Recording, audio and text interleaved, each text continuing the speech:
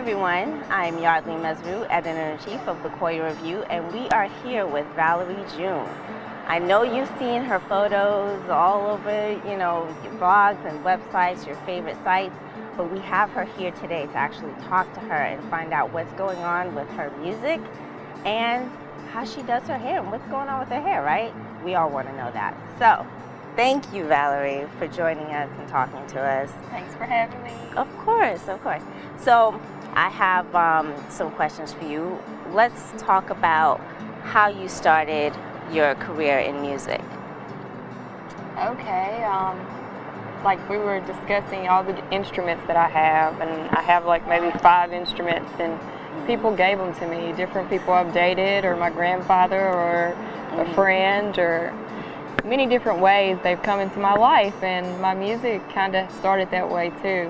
I feel like it was a gift that just kept popping up. Oh, you should learn how to play this song. You should learn how to sing that song. So are those the type of things that inspired you to start playing music and start singing? Yeah, when I was very young, like maybe 3, 4, 5 years old, singing is my number one, my voice is my number one instrument. So hearing people like Whitney Houston and Tracy Chapman, they were the ones that made me want to sing, when I was that young. But after I got older, I just kept that love for singing and live, and then started to hear lyrics and started writing songs, and from there I was like, well, let me learn how to play an instrument. So I'm at that place now where I want to learn how to play as many string instruments as I can. So very good. Well, I know that you do write your own songs. You're a singer-songwriter. What inspires your words when you're writing? Well, there's so many different things that inspire my words when I'm writing, and anywhere from things that are going on in the world to a broken heart to being influenced by somebody like Ma Rainey or Bessie Smith or Elizabeth Cotton or Joanna Newsom is a really cool woman that I love. She plays the harp and plays some awesome music, or Imogen Heap, or any of those women. I'm just moved and touched by old music and new music, so I'm constantly being inspired, and I'm working with so many awesome, brilliant musicians and artists that they move me and they inspire me. Nice. Some of them in New York are like Matt Swift and LaFrey Side and Latasha Diggs. There's a poet that I'm working with, Samantha Thornhill. She's awesome. Her poetry's good. So, yeah. Wow. Are they all in the underground circuit? Well, I mean, all of them that I'm naming are pretty world-renowned in their field, as a spoken word or as a voice. Like, I would say Latasha's like a voice technician, and Mads and LaFrey, they play with so many musicians, but they have their own projects too, and they're like a drummer and a fiddle player, and they're just amazing. So, and they travel all over and do their craft. That's pretty cool. Yeah, music's funny like that, where fame is a funny thing, because you might think somebody's famous and I won't even know who they are, but then another person thinks that another person's famous and everybody knows, so unless you're like Elvis, then who cares whether you're famous or not? True. Just live and love your craft, and these are all women that do, and they inspire me. They love their craft and they live off of it and move me. Well, how do you describe your music? How could you describe your music? What does it sound like? Well, I describe it as just a blend of all the music that's in It's a mosquito. They're everywhere. I feel like I'm in Memphis. I know. But I describe my music as a blend of Southern spirituals, traditional folk songs, Delta blues, and just a little bit of me in there somewhere. Wow. But it just take little elements from each of those genres and blend it all together, and I call it moonshine roots music, because I want it to be magical, and I want it to, whenever someone hears my music, instead of saying Valerie June's a blues artist and having to be that, then I just call it moonshine roots music, so I can do whatever I want to do. That's right. Don't put them in a box, ladies and gentlemen. Yeah, I just want to explore all kinds of music, even modern sounds. I haven't gotten there yet, but hopefully will. Okay. So how long have you been natural? I've been natural for 10 years. Oh, okay. And I start my 11th year in October, so I'll be starting the 11th year. I'm so excited. Maybe I should have a party. You should. I'll be there. You should. Yeah. I'll invite everybody. Yeah. What made you choose to go the free form route? Freeform locks are the whole idea of freeform and that term. I just never thought about it until you asked me the question. Because I never really wanted to, like, I knew what I wanted my hair to look like when I first started. I had a vision. And number one thing, I wanted to save time in my life because I've always had thick hair. Always. And it was permed, and it took a whole day for me in the beauty shop, and it was just too much. And so, like, the idea of having locks and having to spend all this time maintaining them was just, like, not interesting at all to me. Right, it's the same thing. It's like, all right, what's the difference? Okay, so I get it. I was like, woo, if I get locks, I can have time in my life to do something like learn how to play an instrument. Because I won't be getting up doing my hair every day. You know, I just get up and go. And so I think that, like, having the vision to have my locks look a certain way, but not really putting that much time into it, just letting them become what they are. Because I met a guy who had locks when I first started mine, and he said every crop is different. He's like, don't try to make your crop look like somebody else's. Your crop is yours, and it's going to look different based on your texture, your heritage, or whatever, your thoughts even. So that's kind of how my hair happened. That's pretty And it's totally changing all the time. I look at it, I'm like, where did that come from, you know? Oh my goodness. Well, the music industry, how are they receiving this look, you know? Because to a lot of people, it's fabulous, it's different, you know, but you don't really see it much in the music industry because there's that cookie cutter look, you know what I mean? So in the world in general, there's that cookie cutter look, and I live in a completely different realm, you know, where whatever people might judge me based on my hair or whatever, I am very careful about the things I do, you know, like because of the connotations that go along with having like locks. But at the same time, it's like I feel like I'm welcome wherever I'm at, you know, and I don't feel like my hair stops me from being anything that I want to be. Okay. Are we talking about being black? Because we're talking about two different things to me. Yeah, you know? yeah. It is. So I think for me, with my hair, it has opened a lot of doors. Really? Because sometimes it helps and sometimes it hinders. And in your case, it sounds like it helps. And I think with a lot of creative people, it can help. Yeah. You know? Yeah. Because I just noticed, like, with any race of musicians tend to have pretty crazy hair. I don't know if they're like antennas reaching some other level. Right. The sounds or whatever. But they do. So maybe that all goes together. I think my hair definitely helps, you know. All right. That's good. So there are a lot of people out there that are considering growing their hair in freeform locks, right? So we definitely want to talk about that. What does your hair regimen look like? It's my hair regimen, I guess it would be, I really just leave it alone.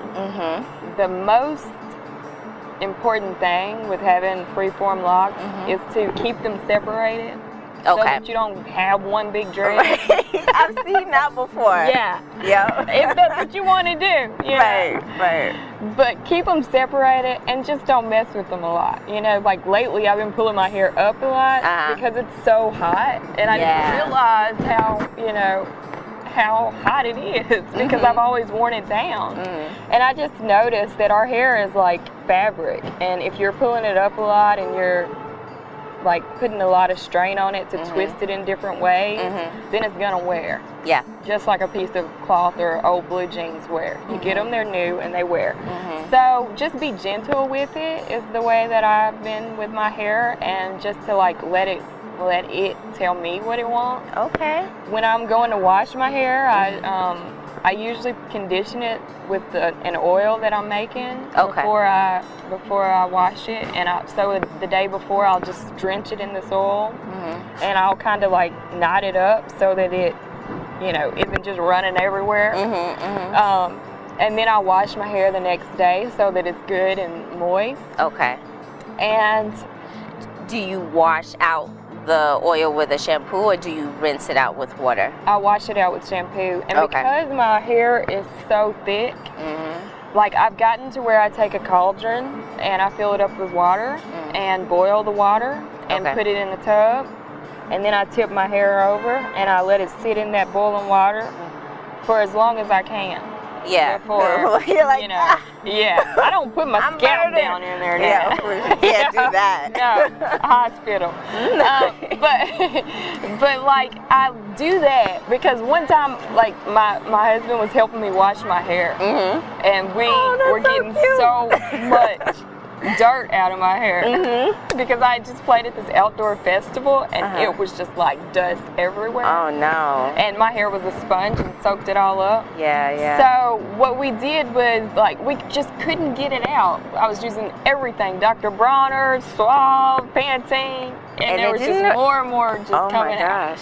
So finally I was like, this is a nightmare. I'm not cutting my hair. What can I do? So I boiled this big pot of water. So now that's what I do every time I wash my hair. Okay. And so I boil the water and I let it, soak in there. It's got the oil in it the day before. It's soaked in the water. And that loosens up whatever might be in there, the like particles dust and whatever. particles or whatever. And then I shampoo it, and I shampoo it and wash it until, there's just clear. No oil, no dust or anything. So what's your pre-poo treatment? That's really what that is. Yeah. That's what we. Yeah. Cool. But the whole thing, like putting oil in my hair, that's like maybe 5 minutes. The boiling water, that's maybe 10 minutes. I'm washing it. I have to have help sometimes.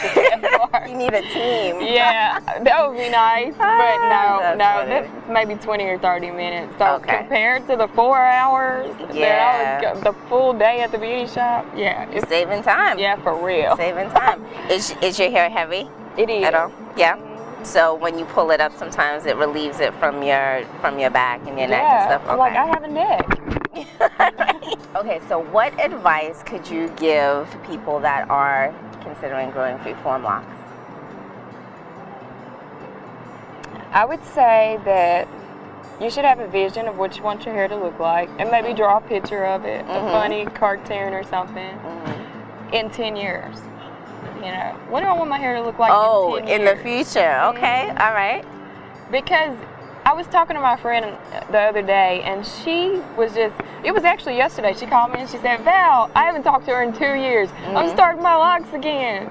She had the most beautiful locks, and she cut them off because of many different reasons, but she said, I'm starting them again. I was like, well, good for you. And she was just talking about what a commitment it is, and like that it shows patience, and that it shows power, it's your power, it's your strength, and you just can't let everybody touch your hair. You know what I mean? People like, like would to you touch. just let them touch you anywhere? Just any stranger? No, don't just come up and touch my hair. Yeah. So she was just saying that, and so in her saying that, I just thought, yeah, it does require patience, and it requires a commitment, and especially when you're doing the freeform locks, because if you don't see where you're going to be in 10 years, you can get very discouraged. I was another friend of mine, and we were sitting around, and she said, you look a lot better now than you did 10 years ago, because she said, there's these pictures I want to show you of when we first started hanging out, and that was 10 years ago. And she said, I said, I don't want to see them, girl, I'm getting old.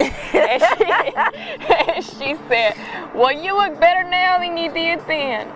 And if I hadn't had that vision of what I wanted myself to look like in 10 years, when I first started my locks, I probably would have just quit and started to fro. Right. But I knew what I wanted it to look like, and I was like, no, let me leave it alone. Let me let it be, Yeah. So I get that, and that's with life just in general. You should have like kind of an idea of what you're going for, what your goal is, so you could stay the course and be encouraged and encourage yourself. I think that's why locks are such a spiritual path. Yeah. because they're so similar to life, and they can teach you so much. You know? I agree. Okay, now that you know a little more about Valerie June, go out and see her, listen to her music, find her, buy her music. We got to find out where we can get her stuff. So, can you tell everyone where they could see you perform, listen to your music, and buy your music? Yes. You can see me perform at many places in New York usually, but one of the places that I play every month is Terra Blues, and it's on Bleecker Street. In New York City. In New York City, in Manhattan. And then you can go to my website at any time, ValerieJune.com. Okay. And at ValerieJune.com, you're able to see where I'm playing all over the world, and it comes to any show, or tell your friends that live in the area and sign up for my email list, because whether I'm in your city or not, I'm usually like, you know, just around the corner. And if you know somebody in DC or Philadelphia or wherever I'm at, send them out. And I have Facebook and MySpace and Twitter and all of that stuff. I'm working on being a better communicator and all of that. But besides that, I'm just going to be at home with my instrument. Oh, good. All right, well, give us one word that best describes you to close us out. Oh, I would say the one word that best describes me is confident. I feel very confident these days. I like that. Well, thank you so much, Valerie June. Thank you for joining us and talking to us and letting us in on your world and seeing what's going on with you. Thank you so much, everyone, for watching. Thank you for reading the Coil review, and I'll see you soon. Bye. See ya. That's it. Yay! In the dark.